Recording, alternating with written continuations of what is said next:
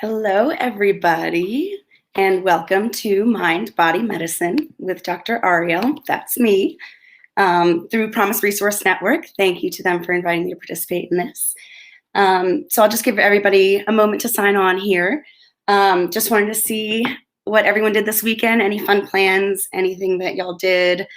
I went with my fiance to Boone. We sort of needed a little getaway, so we spent time in the mountains, just meditating, reflecting, doing yoga, breathing some fresh air and getting away from the chaos of city life. So that was really nice.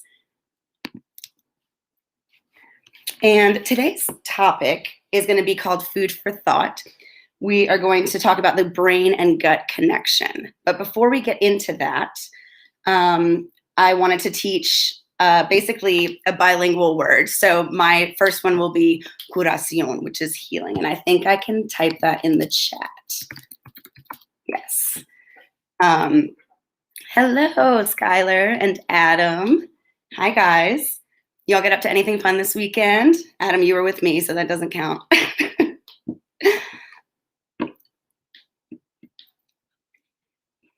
All right, we've got some people on here now. Hello.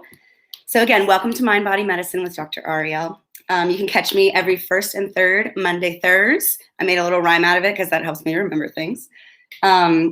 And yeah, you can catch me here first and third every other, Monday and Thursday, excuse me. So yeah, we're going to talk about the brain and gut connection today.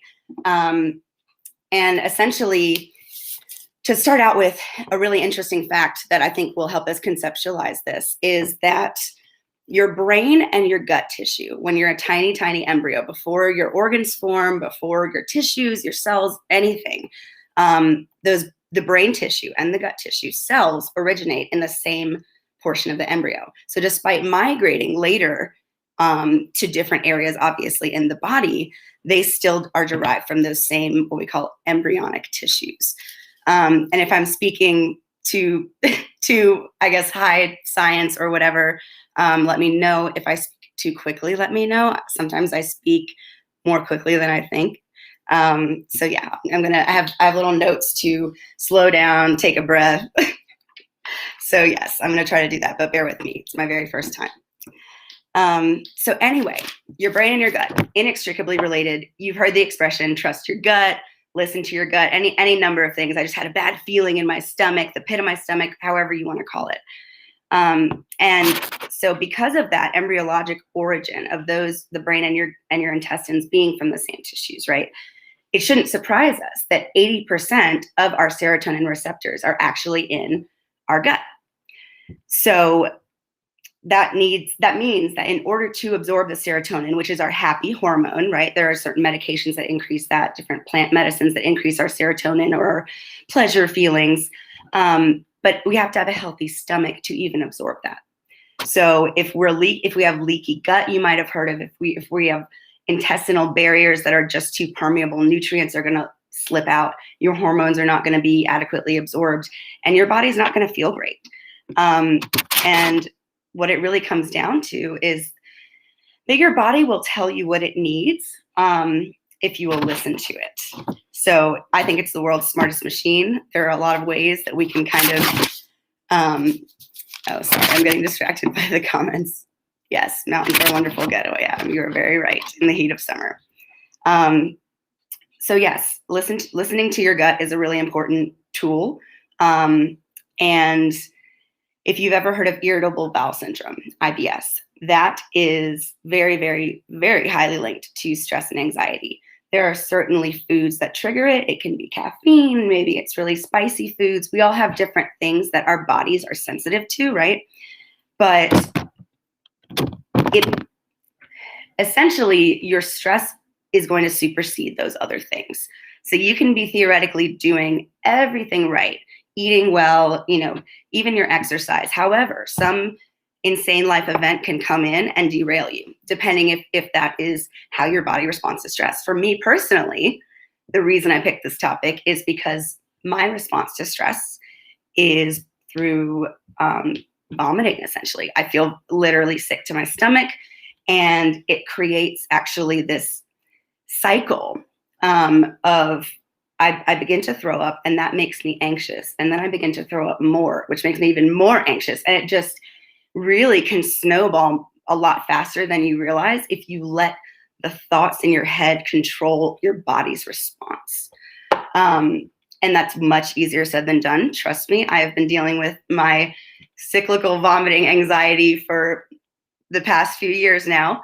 It's not fun, but I have definitely learned so many coping tools and skills and ways that have just kind of helped me to look out for warning signs and listen to, hey, I'm feeling a little anxious about something. Maybe I shouldn't say yes to that dinner tomorrow when I'm tired.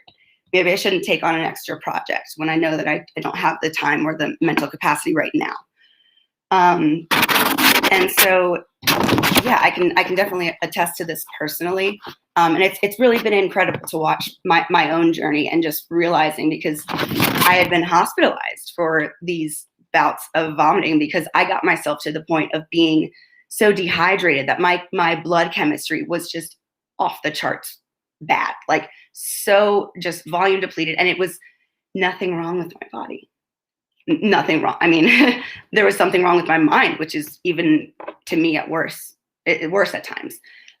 So I essentially decided, yeah, I'm gonna come up with my own alternative healing modalities, because I was tired of getting sent home from the hospital after, first of all, like a 6-hour wait, right? That's not fun because I'm retching in the emergency room and everybody's staring at me.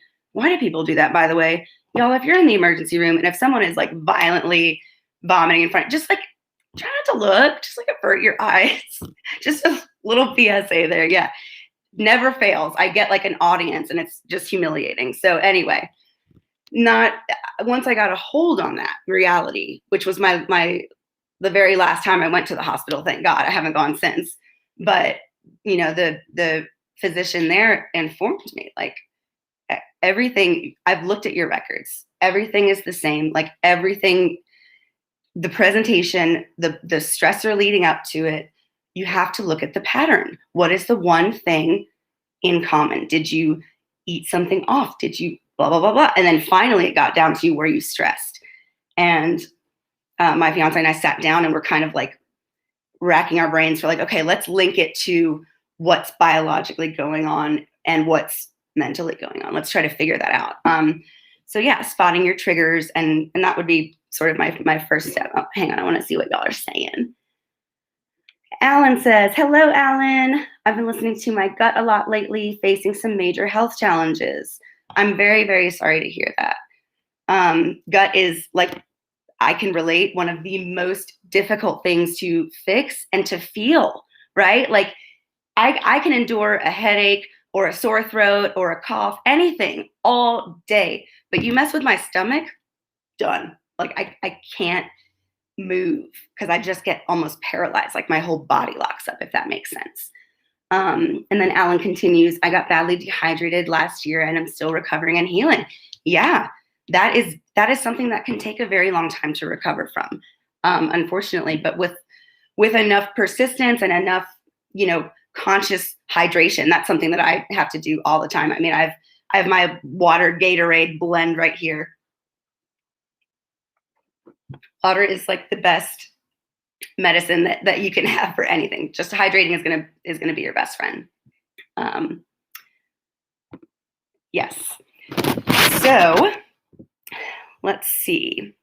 Does anyone have questions like from here, sort of where we're going from? Because I have plenty of stories and I can talk plenty, but I would love for y'all to be interactive and engaged. But yeah, I'll keep checking the chat when y'all are ready. So anyway, the interesting thing about my story with cyclic vomiting is, and I only realized this fairly recently within the last year, is that it relates back to my eating disorder.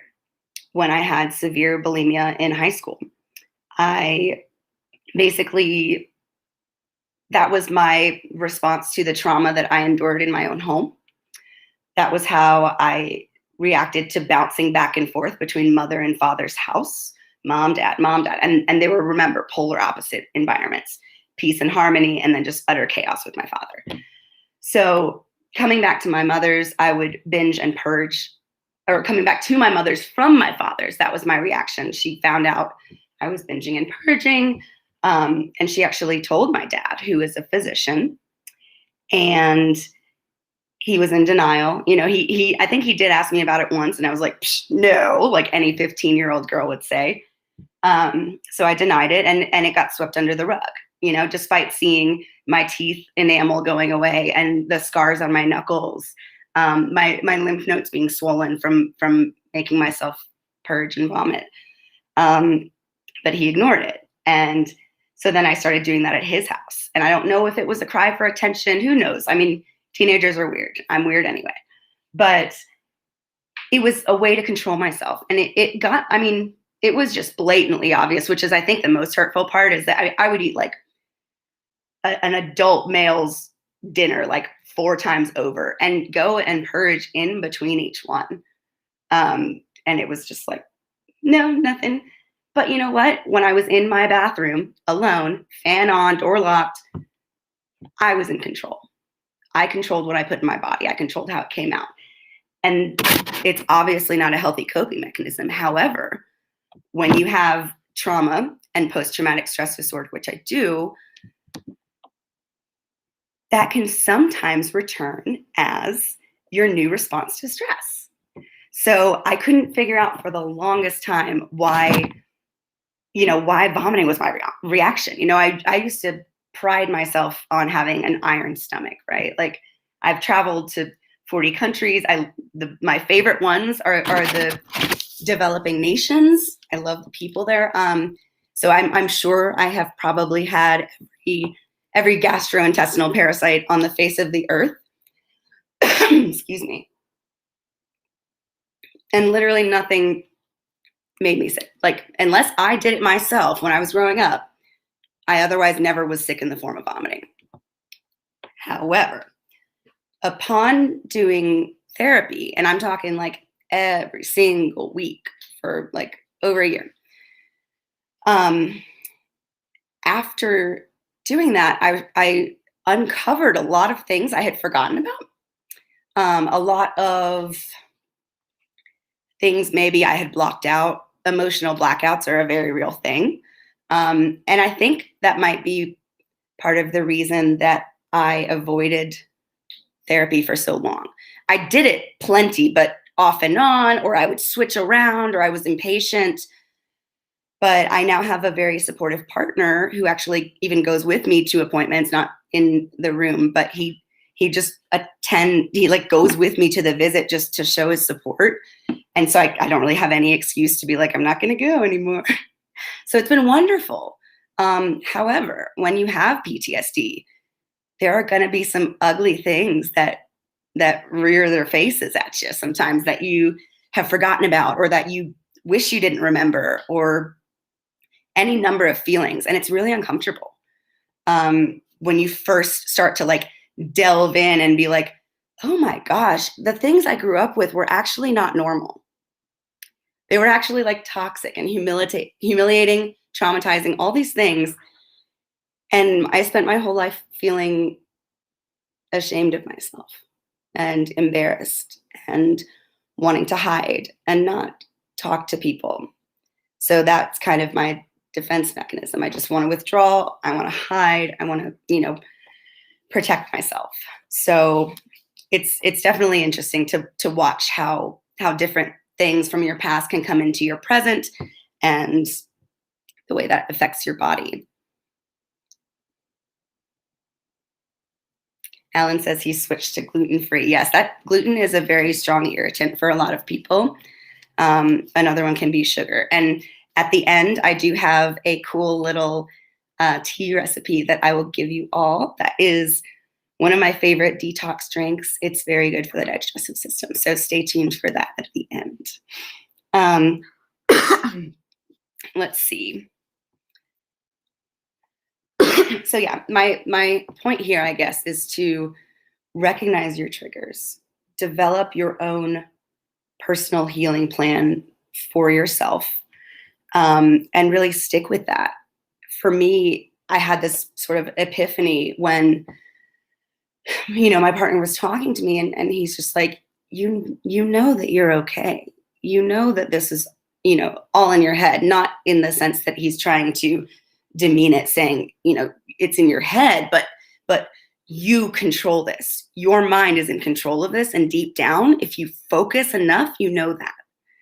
So if I can get to that point in my mind, it takes a while. But if I can get to that point, then usually I can calm myself down. But I remember this quote, and it sort of explained, one, my reason for having an eating disorder in the past, and two, for sort of mentally, without realizing, allowing my anxiety to bring me back to that same, mindset. And the saying I thought of is, why do I keep hitting myself with a hammer? Anybody know? Because it feels so good when I stop. Let that sink in. I finally realized, when I have these these attacks and it becomes this vicious cycle, and I can't stop myself from just vomiting in response to whatever my anxiety trigger is at the moment. I just realized I'm hitting myself with a hammer because I know in the end I'll feel better. And again, maladaptive coping strategy on my part, but I had to rewire the way that I thought about things. It had nothing to do with food anymore. It had nothing to do with even, well, maybe a little bit with control, perhaps, because I still, struggle with a lack of control. I think everyone to some extent has their things. I like to be in control when I can, at least of myself, right? But yeah, however you need to sort of regain that clarity. Hey, Roberta, welcome. Happy to have you. So yeah, basically there are so many different ways that you can go about it, but trust your gut, listen to your gut, heal it, take care of it, and remember that you need it to be healthy if you want your mind to be healthy, right? So, shirataki noodles. That sounds great, Jennifer. But yes, I'm trying to think of my favorite sort of stomach healing solution. And I have to say, since we're talking about alternative therapies, this is definitely alternative. I want to say I invented it myself because it's a little weird. But through trial and error, after, like I said, this has been a problem plaguing me for a long time. Took me a long time to figure out and get control over. But I call it hot/cold shower bath waterboarding. That's what I jokingly call it that. Essentially, for me, maybe it's because I'm a water sign. I don't know, but I'm obsessed with the water. Also, my name is Ariel, so the mermaid. But for whatever reason, a bath always calms me down. Doesn't even have to be fancy, just literally hot water in a tub and me just laying in it, just relaxing, calm. And I realized it was so calming that I was staying in the bath for hours. I used to call them my wash the depression off baths. Actually, a friend taught me that, but yeah, it's a great term because you just kind of want to sit there and reset and refresh. And don't get me wrong, I do love Epsom salts. Everyone should use them. Love them. They have magnesium, which is really, really good for muscle relaxation. Really great for detoxing. Good for your skin. And best of all, the magnesium helps with anxiety. So I think it just fully helps all around. Mind, body, soul, spirit, all that good stuff. So yes, I like Epsom salts. I like essential oils, things to make the bath a little more special. Candles, bubbles, whatever you want. Or nothing at all, that's fine. But the waterboarding part comes in, excuse me, where I'm sitting in the bath.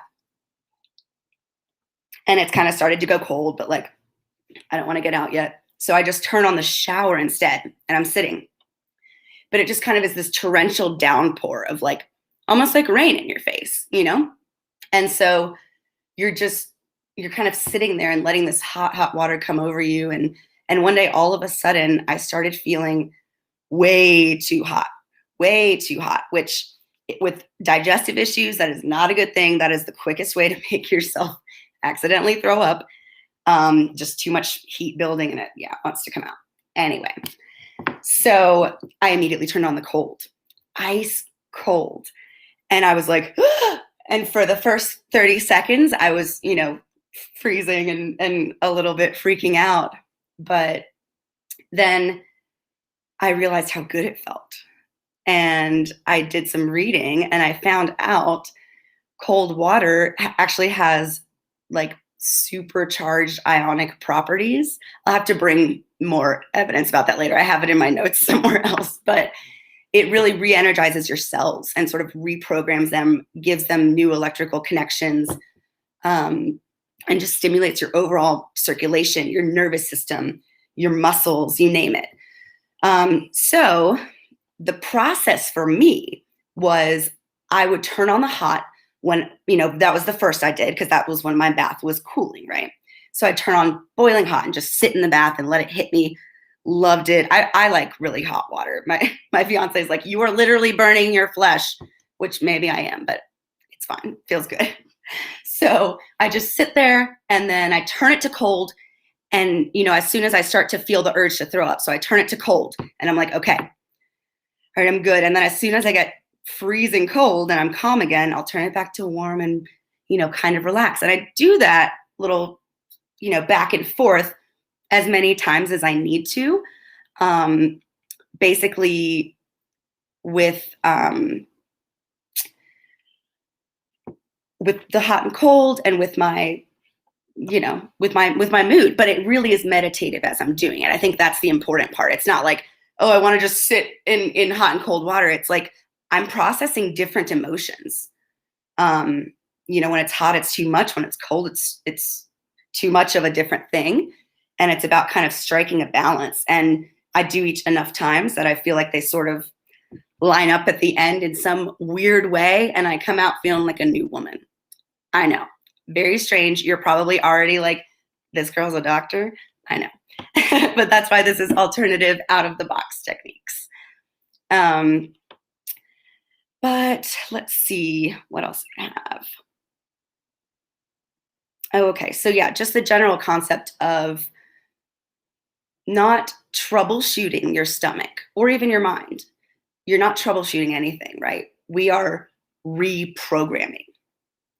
We are starting from scratch, building a new motherboard, right? The old one is clearly not serving us. At least for me, it was not. If y'all have wonderful digestive systems, by the way, I envy you. That's great. A lot of us are not like that, unfortunately. And even if you don't have a formal diagnosis of irritable bowel syndrome, I think most people have had some stress-induced stomach issues at some point in their life. So yeah, I want to see what you're saying. Oh, we got a lot of stuff. Let me catch up. Oh, Roberta, you were supposed to name your daughter Ariel Mariah. That's a beautiful name. I like that. Women exposed to PR. Awesome. Jennifer says, I used to hate kimchi. Yes, because of how it makes me feel. I love the taste of it. Taking time to let good foods impact your body and how they make me feel creates that emotional connection that feeds my desire for good food. I love it. That is exactly a point I wanted to touch on as well, right? When you're knowingly ingesting something that is good for your body, good for your belly, makes that feel good, you feel good. Not only for the act of having done that for yourself, but having, ingested those vitamins and you're kind of like on a roll. I can think of myself personally, excuse me, when it comes to my vitamins, my supplements, or if you take medications, right? I don't take my vitamins like I should every single day. Even though I'm a doctor, I am absolutely not perfect. Some days I'm lazy. Some days I'm like, I just have way too many like gelatin capsules And I feel like that alone could make me puke or something. So I avoid it. But on the days I get them all in, I feel really good. And it's probably a combination of the fact that one, I made the effort to take them, and two, they're actually working and I'm giving them a chance. And kimchi is a great example. That's something called a probiotic because it's fermented. So kimchi, sauerkraut, pickled beets, pickles, all those types of foods. Kombucha is probably my favorite fermented beverage. There's actually a tiny bit of kombucha in this. And that's a fermented tea that is based on what's called a SCOBY, SCOBY. It's an acronym. Symbiotic culture of bacteria and yeast. I think that's right. Don't quote me. But it really is just probiotics going right in to the source. If you've never had a glass of kombucha and you have a giant one, you'll have a giant response. I had a friend very, very vividly in detail describe his first experience with kombucha, but they're all really good for your stomach. And even if you have a stronger response to them initially, because that's kind of normal. Like your digestive system it's not a magic bullet. You're not going to fix it in one day. So if you drink kombucha and you need to use the bathroom a lot, that's okay. Try it a little less next time. Maybe mix it with some water. That's what I do, mostly just because it's expensive and I like to make it last longer. But yeah, all those fermented foods are absolutely wonderful. Put them on whatever you can. That is happy belly ingredient right there. Oh, Roberta, you used to make kefir or kefir. I don't actually know which one it's pronounced as, but I like that stuff. That's like the kind of liquidy yogurt, but tons and tons of live cultures and probiotics. That's actually, if you're going to eat yogurt, common misconception, Activia has like nothing in it. Like I don't know how many cultures it has, but you would have to eat like an entire case of them to have the beneficial effects. Sorry, Activia. But kefir or kefir would be the perfect substitute. Like Activia would like to be perceived as kefir because kefir does have those types of effects. But that's really cool to make it. I used to make my own kombucha. However, oh man, my fiance is watching this, so I'm about to blow my cover, but I didn't tell him this. I used to make kombucha, which he knows. He doesn't know that I haven't yet because when I did last time, I exploded it all over my kitchen. Like there was a glass, like huge thing, like many, many gallons. And I had brewed this amazing, amazing batch, but I didn't know you weren't supposed to seal the top all the way. Yeah, that ended really badly. Like honestly, my roommates and I thought a bomb had gone off in the house. I was like under the table, I think. I don't know. It was wild, but I will try again and I won't seal the top. So hopefully our kitchen will remain intact. Reading more. Emotional connection. Yes, hot and cold hydrotherapy. That's a much better way of saying it than hot, cold waterboarding. Thank you, Laura. That is way better than the way I described it. I think you should be hosting this, not me. But yes, hydrotherapy is incredible. And just doing it in your own tub is the easiest way to do it. Or shower. You don't have to even have a bathtub. Nothing fancy needed. Just get in some water or get in some nature or whatever helps you ground. But yes, hydrotherapy can be incredibly just calming and cleansing and cathartic because you literally feel like you're washing away stuff, although like for me, I've TMI or not TMI, I don't know. Okay, I'm going to share it. I have been so sick that I am vomiting on myself in the bathtub because I can't control it. That's how I discovered the hydrotherapy because I was like, this is not going to work. I cannot do this anymore. I can't. I knew it was in my head at that point, and I just had to really take charge. So that's when I just went full on cold, and I sat with it, kind of like how they say, like, you need to go take a cold shower and an aspirin and call me in the morning. I mean, it's a little different, but a cold shower is therapeutic. So yes, I definitely find a lot of benefit in that. Let's see. Kombucha and sugar-free gummy bears sound like they have a lot in common. Oh my gosh, yeah. Don't even get me started on the sugar-free gummy bears. You will have you might as well take those instead of a laxative, man. They work way better. We just finished the ketogenic diet because I wanted to drop some weight. Didn't happen, but that's okay. Well, I did a little bit, but beside the point. But I was so happy to get off of that because the only candy we could eat was sugar-free. And I like gummies. And apparently those gummies contain I don't know what it is, like X-Lax, who knows, but that'll get you going if you need help with that. Alan says, yes, I take probiotics twice daily. Doctor, when will you be at PRN? Well, that's a great question. I am actually, so I have to talk to Lisa and Aaron and the team to kind of figure out my next in-person visit. I want to say, I don't have my calendar in front of me, but I want to say on the 19th, which I think is a Thursday, August 19th, I do plan to come to Charlotte so I could host this in person, which would be awesome. And yeah, I'll coordinate with them and figure it out. But yeah, hopefully even sooner than that, because I definitely want to meet you guys. I was there, let's see, not last Wednesday. That was our first intro live. Was there? I don't know. Sometime in the past, time escapes me. I'm wedding planning right now. I was there sometime fairly recently for my general introduction and just meeting everybody and the team and kind of getting set up there. But I definitely will keep you guys posted for when I am on site. Thank you for asking. Jennifer says, yes, when the good things like fermented foods are introduced, it can be a shock to your system, 100%. And that will deter people sometimes. Just like adding fiber. Sometimes it takes some time to find the perfect balance, but stick with it. It will be great in the end. I like it. I like that. Alan says, I use the hydro massage bed at the gym after a workout. It's a wonderful, relaxing way to end my workout. Those are so cool. I love those things. Are you at Planet Fitness? I feel like that's the only place I've ever seen them, those beds and like the infrared things and the tanning boots. Not that I've ever used those things, but they just have a ton of stuff.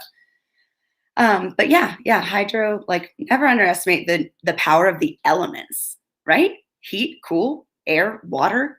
Like that's pretty much what I did this weekend in the mountains. It was, so anyone who saw my intro, I lost my mom at 17 and I lost her mom and her dad within the next 3 years.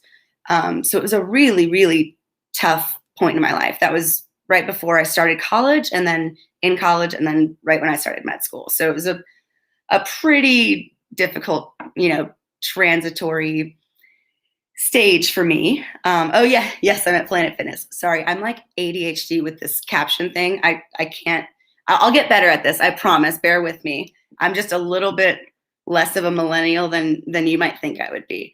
Like, for example, I just now noticed that I have the welcome desk on my page instead of the actual display, but that's fine. Oh, well, we'll figure that out. But yes, I'm eager to meet you too. I'm eager to meet all you guys. Let's see. I want to see what else. Let's come back to the Spanish word of the day. So I introduced it in the beginning. And I'll type it again into the chat and see if I can like highlight it. But again, I'm hesitant to try any of that live because I don't want to look any sillier than I already might. But so the word is curación, and that is Curacion, and that is Spanish for healing. And I figured that was a good place to start because Aaron found out that I am bilingual in English and Spanish. Spanish, I started learning growing up from my mother. She was fluent, even though we are not Latino at all. She just learned it, studied abroad, and I kind of followed suit and knew it growing up.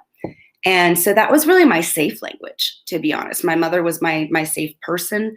That was my language I knew I could go to. So the majority of anyone around us would not understand what I was saying. And then that carried on into having my adopted families, plural. They are Colombian and Peruvian and Cuban, and they have just, because I lost, my mother and I have no relationship with my father, I had so many beautiful people just kind of take me in and embrace me like their own. And there's no culture like the Latino culture that'll do that, in my opinion. They made me feel loved, kind of like the PRN tribe. That's how you guys make me feel. Very loved, very accepted, seen and understood, and not judged. And so that's a really special community to me. And I would love to, connect with the Hispanic community in Charlotte again. When I was practicing at my residency in Charlotte, I took care of the majority of the Spanish-speaking patients in the system, loved it, worked at the free clinic, and took care of probably 99% people who were Spanish-speaking. And it was just really humbling and amazing. And I finally extended that once I was practicing to going to the Dominican Republic. I went 2 separate years for a month each time, and then I did 1-week medical missions while I was there. So it's a really, really special community to me. It's a special language to me. It's up and coming in America. I know every single person on here has heard some people speaking in Spanish plenty of times. And I think it's wonderful to just show an effort, because there is nothing scarier than feeling bad and feeling sick and scared and not being able to understand what your doctor is saying. You have no idea what's going on.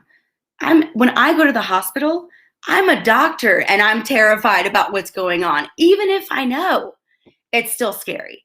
So I cannot imagine the barrier. Well, I can't imagine because I've witnessed it. I started when I was a student, I interpreted, and I was just like, oh boy, this is bad, because the other interpreters were not fluent necessarily. So there's a tricky game that you play, but it's I think it'll be fun to reconnect with that community there and introduce you guys to just some of the culture and terminology. But curación is I thought that would be a good introductory word, because Aaron described wanting healing words, and we'll start with healing. So curacion.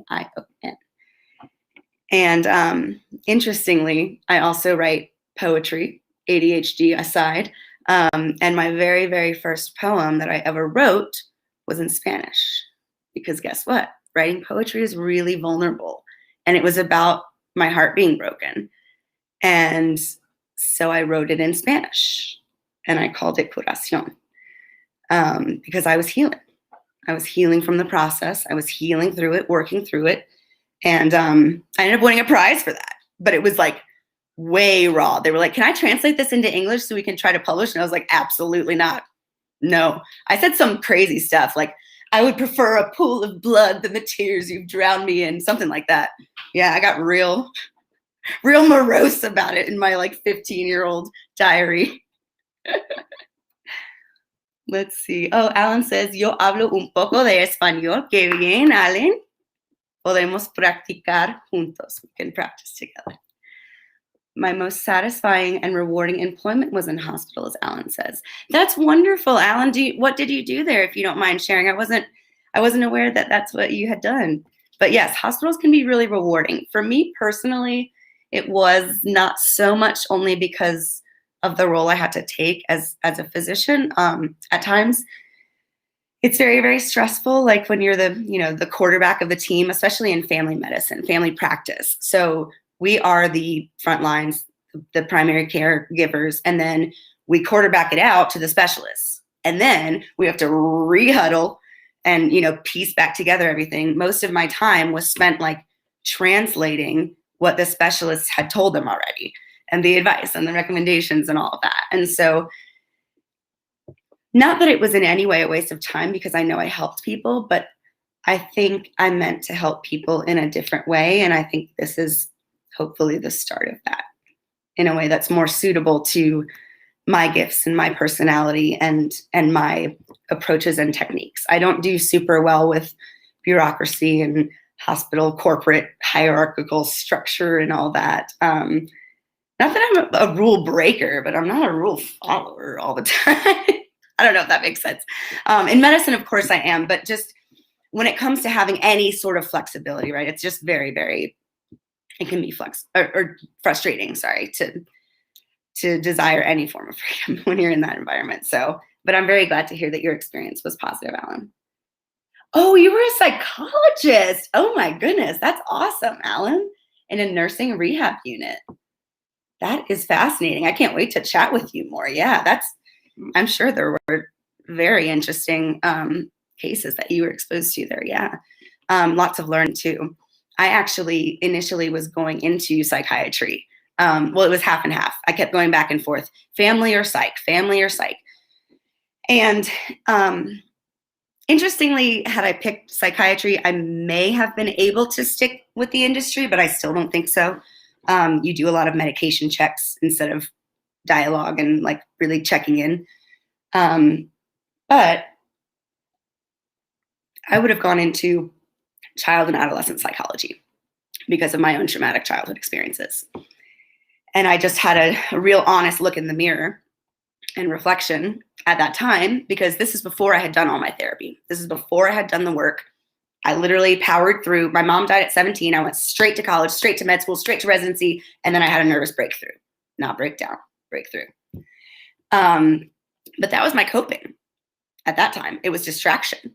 I studied and studied and studied. I really didn't have much of a social life, but I was happy. I made straight A's and I got into med school and I was fine. But once I slowed down, it all sort of caught back up to me. And I was like, okay, I can't do child and adolescent psychiatry when I have not healed my own childhood wounds.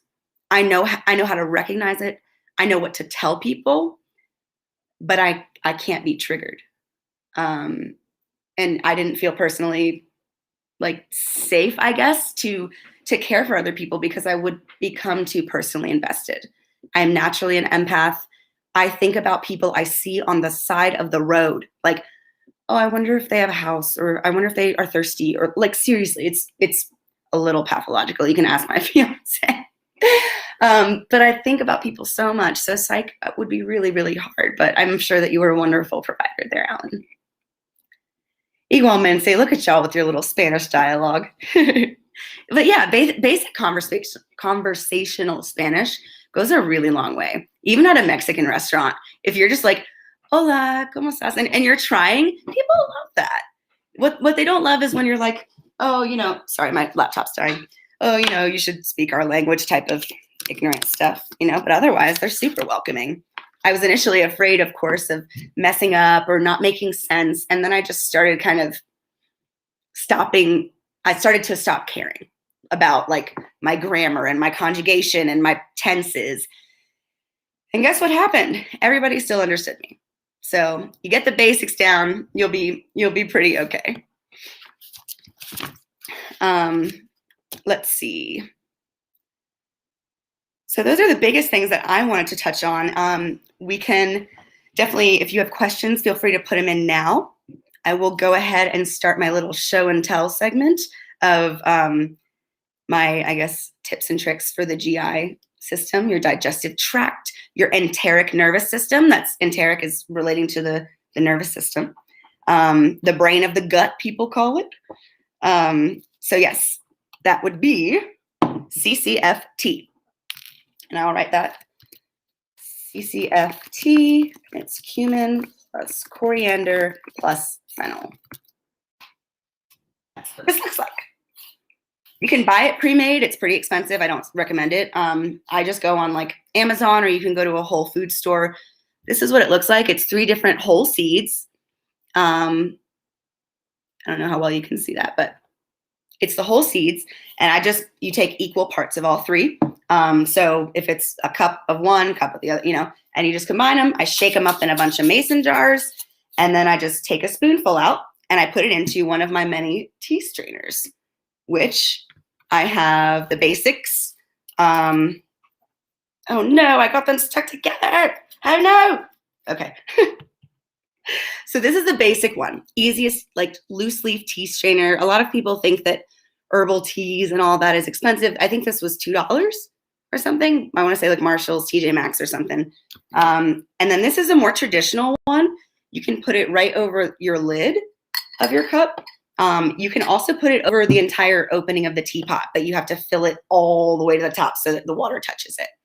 And obviously you'll put more if you're making a whole pot, but start with a cup and just put in your scoop of the equal blend, pour your hot water, give it 10 minutes, solid 10 minutes, because these are whole seeds, whole herbs that are going to take some time to break down and give you their properties. The final type of tea strainer is my fave. This is a gift from the friends that we just visited in Boone. This is my little tea strainer. He's a sloth. I'm still getting used to this mirror effect. You just open him up and you put the tea in, and then you put him back on, and then he, let's see, hangs right on the side of your mug like that. How cute is that? So any number of ways to get CCF tea or any kind of tea. Tea in general is wonderful. So many different things.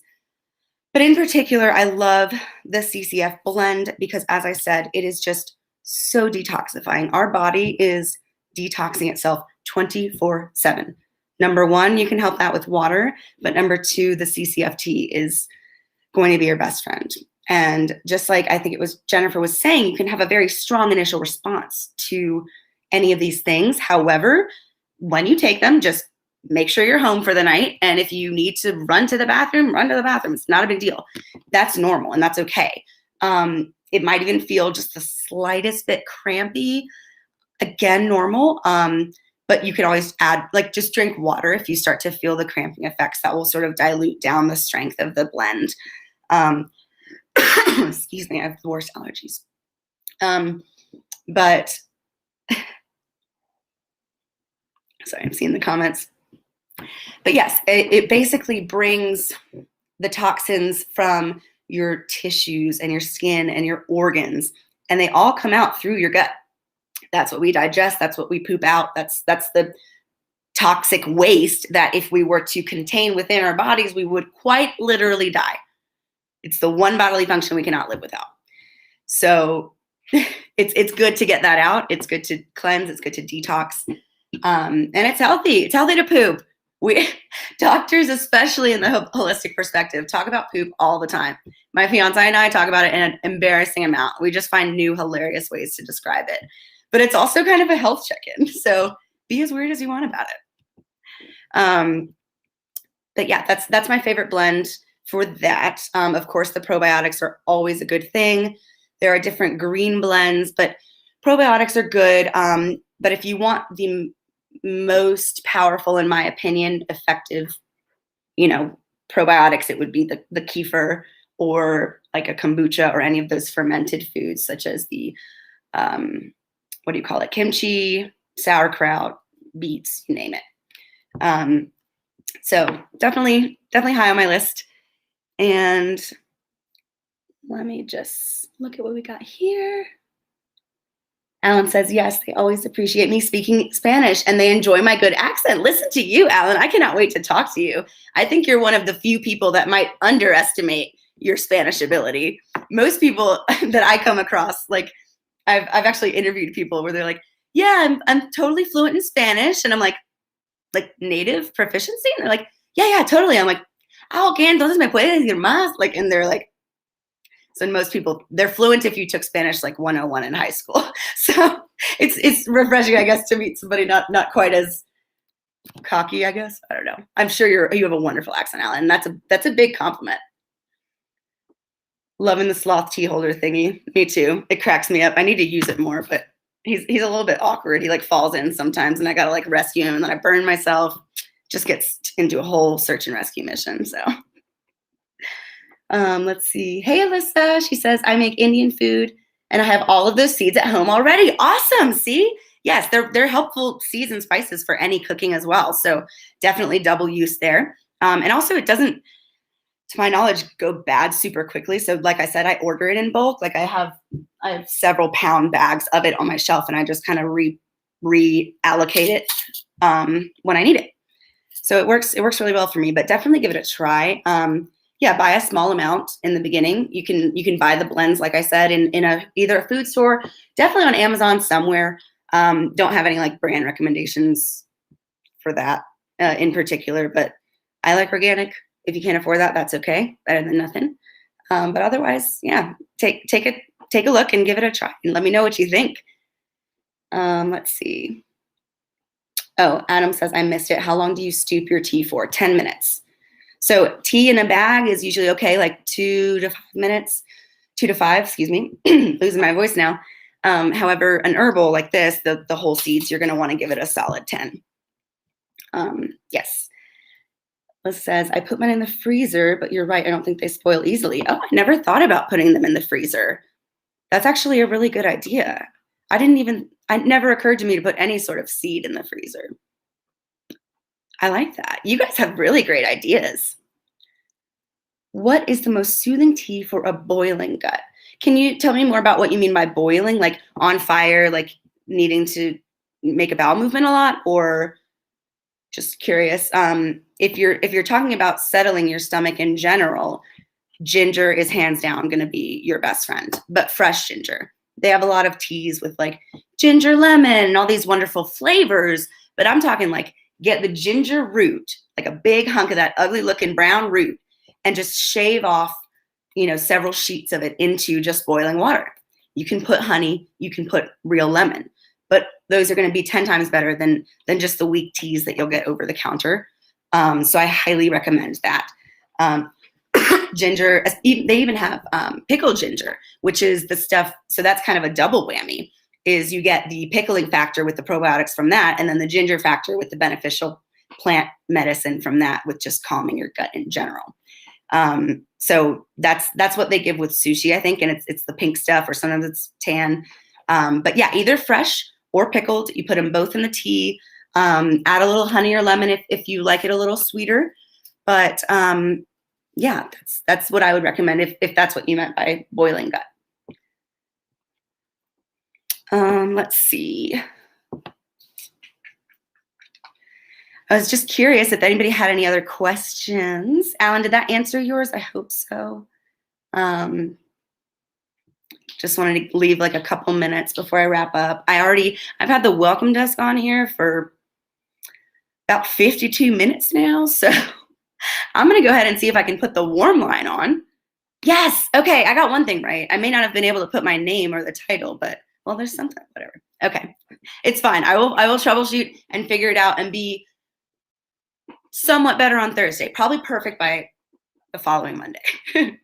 But here's the warm line. It is free. It's confidential, 24/7. If you need to listen to somebody, you need to talk to somebody, or you just want to even vent and have someone hear you without judging, give you a little support, even maybe resources, just give it a call. It's something I have kept written down, for when I am feeling down. Sometimes I've thought about using it. I haven't yet, because I don't know, I feel like I wanted to just sort of leave it open to other people, but it's a great resource. And I think that a lot of people have used it so far, benefited a lot. And I hope that more and more continue to do so, because the more community we foster and the more compassion and empathy and understanding we show each other, the more we're going to heal as a community and as a human collective. So definitely shout out to PRN for having that and having this wonderful platform and connecting me with so many of you beautiful people. Let's see. I got one more chat. Grumbling, growling, ginger probiotics, and lemon ginger herbal teas. Buenas tardes, ¿cómo estás? Hola, Esteban. Muy bien, ¿y tú? Veniste un poquito tarde, pero tienes que hacerlo en el replay. Grumbling and growling. Okay, yeah. So I have to. Let me get back to you with it. I can't think of the specific name. I want to say it's psyllium husk, but let me double check, and I'll inbox you, Alan, because I don't want to mislead you, especially live on air, so other people write it down. That would be embarrassing. Okay. No por molestar, Esteban. Bienvenidos, amigo. Sí. Oh, sorry, I'm in Spanish still. Yeah. So if you guys don't have other questions, I can go ahead and wrap it up. You have the warm line. I think you've had the welcome desk, but if you need it, I believe Kim is working that for us. So yes, you can always call there as well. And we just put out the August calendar, as I'm sure you all saw. And yeah, you can catch me every first and third Monday, Thursday. So thank you for coming to the very first installation of Mind Body Medicine with Dr. Ariel. It's me. Thanks for bearing with me as I went through the little awkward hiccups of doing this. This is very much out of my comfort zone. I can talk to a person all day. I've never talked to a computer for 55 minutes in my life. So thank you for commenting and for engaging me a little bit, humoring me, and giving me plenty of wonderful advice. It was a pleasure talking with you, and I will be back this coming Thursday at 6 with our next topic. So this was Food for Thought, the brain-gut connection. And yeah, I hope that you all have a beautiful rest of your evening. I hope you all tune back in Thursday for a totally new topic and take, same kind of thing, alternative therapies, but it won't be about the gut. We'll have something cool and new for you. So as usual, with any questions, you can feel free to inbox me. And yeah, happy to help in any way that I can. So thanks again. Take care. Be well. And I'll see you Thursday. Bye.